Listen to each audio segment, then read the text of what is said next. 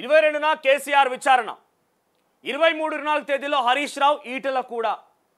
So Kaleshwaram commission కేసీఆర్కి నోటీసులు serve చేయబోతుంది. దాదాపుగా అధికారులు, ఇంజనీర్లు, సిఎస్ వరకు సోమేష్ కుమారు, ఎస్కే జోషి వరకు అందరి విచారణ పూర్తయింది.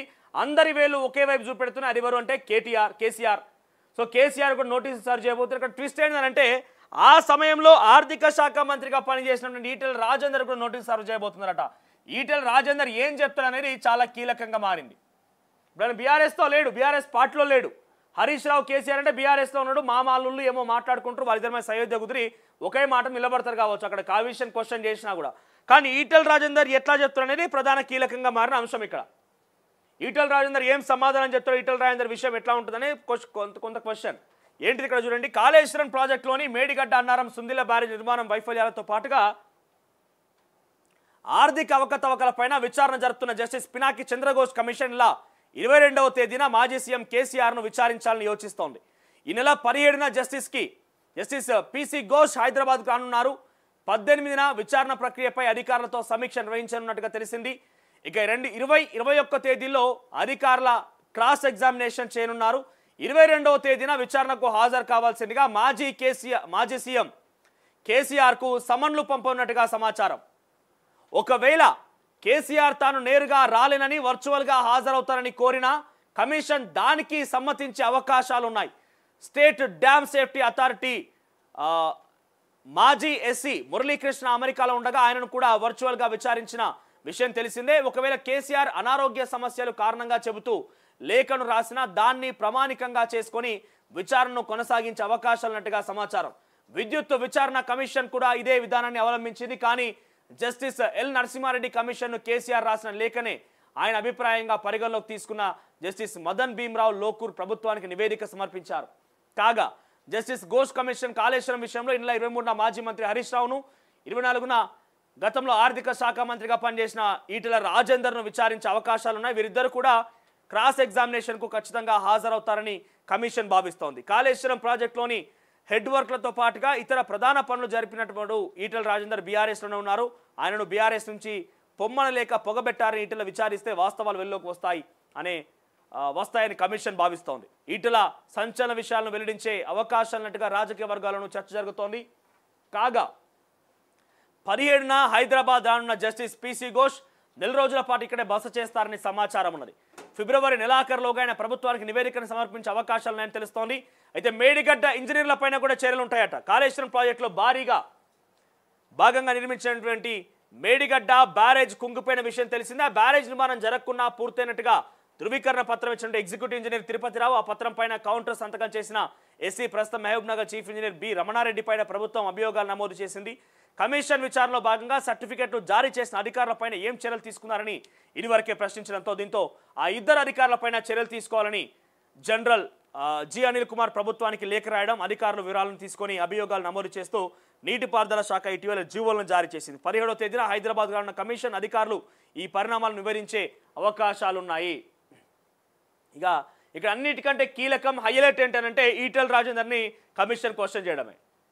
పాపం హరీష్ రావును కేసీఆర్ అయితేనేమో బీఆర్ఎస్ పార్టీలో ఉన్నారు. వాళ్ళు ఒకరేమో ఇరిగేషన్ శాఖ మంత్రిగా పనిచేసారు గతంలో, ఇంకొకరేమో ముఖ్యమంత్రిగా పనిచేసారు. కాబట్టి వాళ్ళు తప్పించుకోవడం కోసం ఎత్తుగడలేసే అవకాశం ఉంటుంది. అందరూ కలిసికట్టుగా ఉన్నారు, ఒకే కుటుంబంలో ఉన్నారు.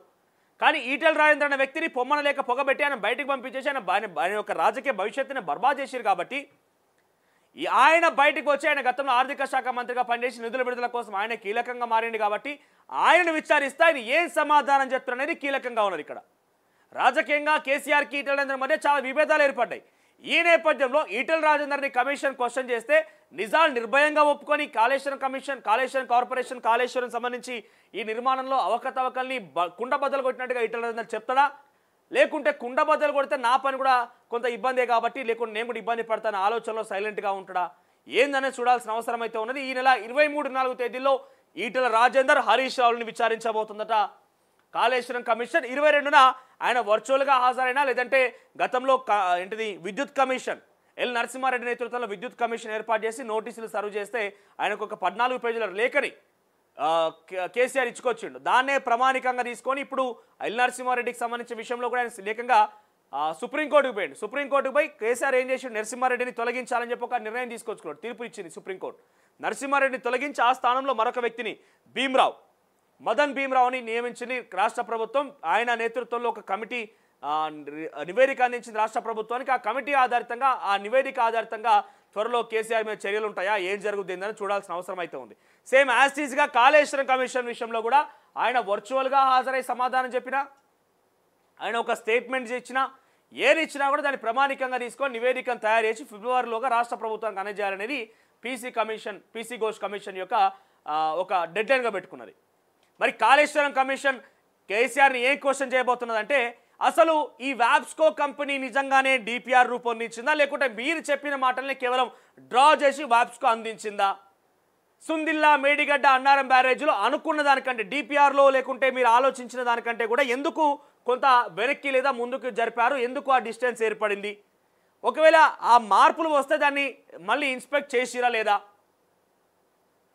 కేసీఆర్ పేరు అన్నిట్లో కూడా మనం మాట్లాడుతుంటే ఏఎన్సీ మురళీధర్రావు కానివ్వండి, వెంకటేశ్వర్లు కానివ్వండి, ఇంక ఇతర ఎవరైనా కూడా ప్రతి వేలు ఎవరి వైపు చూపిస్తోంది? కేసీఆర్ వైపు చూపిస్తోంది.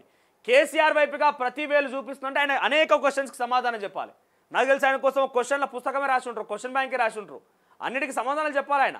1,00,000 కోట్ల రూపాయల కాళేశ్వరం ప్రాజెక్ట్ ఈరోజు కుంగిపోయిందంటే ఈ రోజు వరకు కనీసం దాని గురించి మాట్లాడినటువంటి కేసీఆర్ కనీసం ఇప్పటివరకు ఎక్కడ మాట్లాడాలి? మీరు గమనించండి, ఎక్కడైనా చూడండి. ఆయన మాట్లాడితే ఎక్కడో యూట్యూబ్లోనో లేకుంటే వెబ్సైట్లో ఎక్కడో ఉంటుంది కదా. ఇప్పటివరకు కాళేశ్వరం కుంగుబాటు విషయంలో ఎక్కడైనా కేసీఆర్ మాట్లాడిన సందర్భం ఉన్నదా? మేడిగడ్డ బ్యారేజ్ కుంగుబాటు విషయంలో పిల్లర్లు మొత్తం పగులు వచ్చిన విషయం పైన ఇంతవరకు కేసీఆర్ ఎక్కడా ప్రస్తావించాలి, ఎక్కడా మాట్లాడలేదు.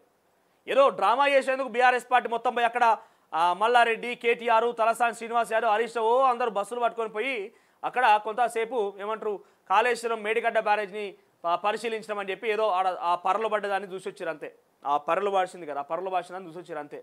ఆయన ఎక్కడా స్పందించలే. మరి అటువంటి కేసీఆర్ని విచారిస్తే కమిషన్ ముందు కేసీఆర్ ఆన్సర్ ఎట్లా ఉండబోతుందని చూడాల్సిన అవసరం అయితే ఉంది. నిజంగా ఆయన ఏ తప్పు చేయకపోతే, అంత సవ్యంగానే జరిగి ఉంటే, మీ మానస పుత్రిక మీరు చెప్తున్న మాటల్లో కవిత తర్వాత, కవిత కంటే ముందే కాళేశ్వరం మొదటి బిడ్డ కేసీఆర్కు అంతటి పదం వాడి అంతటి పెద్ద ఎత్తున మీరు ప్రతిష్టాత్మకంగా తీసుకున్న ప్రాజెక్ట్ ఈరోజు పరలవాసిందనంటే మీరు డెఫినెట్గా మీరు వర్చువల్గా మీకు ఆరోగ్య సమస్య ఉన్నది, మీరు ఇబ్బంది పడకండి. మీరు వచ్చే సమయానికే కమిషన్ ఎదుట హాజరుగా మీరు వచ్చే సమయానికి కమిషన్ క్వశ్చన్ చేస్తారు. మళ్ళీ మంచిగా కూర్చోబెట్టి ఏ ఇబ్బంది లేకుండా మిమ్మల్ని మంచిగా కుర్చీ వేసి మీకు అన్ని రకాల సకల సదుపాయాలు సమకూర్చిన తర్వాత కాళేశ్వరం కమిషన్ పిలుస్తుంది. మీకు నిజంగా ఏ తప్పు చేయలేదనుకుంటే కాళేశ్వరం కమిషన్ ఎదుట స్వయంగా వ్యక్తిగతంగా హాజరవ్వండి. ఈ సమాధానాలు, లేఖలు, ఈ వర్చువల్ అని పక్కన పెట్టి అప్పుడు మీకు నిబద్ధత ఉన్నది. నిజంగానే తెలంగాణ అంటే ఏదో ఒక కొసాన, ఏదో ఒక మూలన కేసీఆర్కి అభిమానం ఉన్నది, ప్రేమ ఉన్నదని చెప్పి నమ్ముతాం మేము. లేదు కాదు కూడదని కూడా నువ్వు నిజంగా ఇప్పటికీ కాళేశ్వరం కమిషన్ పేరిట, కాళేశ్వరం ప్రాజెక్టు పేరిట 1,00,000 కోట్లు దోసుకున్నాం ఒక ఆరోపణ ఉన్నది కాబట్టి ఇంకా బలంగా నమ్మాల్సి వస్తుంది. మీరు ఒక దోపిడి దొంగలు అని చెప్పి ప్రజలు మళ్ళా కూడా చర్చించుకునే అవకాశం ఉంటుంది, మీ కుటుంబాన్ని, మీ కాందాన్ని మొత్తాన్ని కూడా. సో అది కావద్దు, కూడదు అనుకుంటే గతంలో విద్యుత్ కమిషన్ అడిగిన క్వశ్చన్స్కి మీరు కేవలం ఒక స్టేట్మెంట్ లేకపోతే ఒక 14 పేజీలు లేఖ ఇచ్చినట్టు కాకుండా వ్యక్తిగతంగా హాజరై సమాధానాలు చెప్పండి. బహిరంగ కోర్టు అంటారు కదా, బహిరంగంగా ఆయన విచారించండి, జర్నలిస్టులను పిలవండి, తెలంగాణ సమాజానికి సంబంధించిన పౌర సంఘాలను పిలవండి. వాళ్ళందరి ముందు కాళేశ్వరం కమిషను కేసీఆర్ని విచారించాలి. ఎందుకంటున్నా ఈ మాట అంటే ఆయన మాట చాలా కీలకం. ఏం చెప్తారో చూడాలని అవసరం.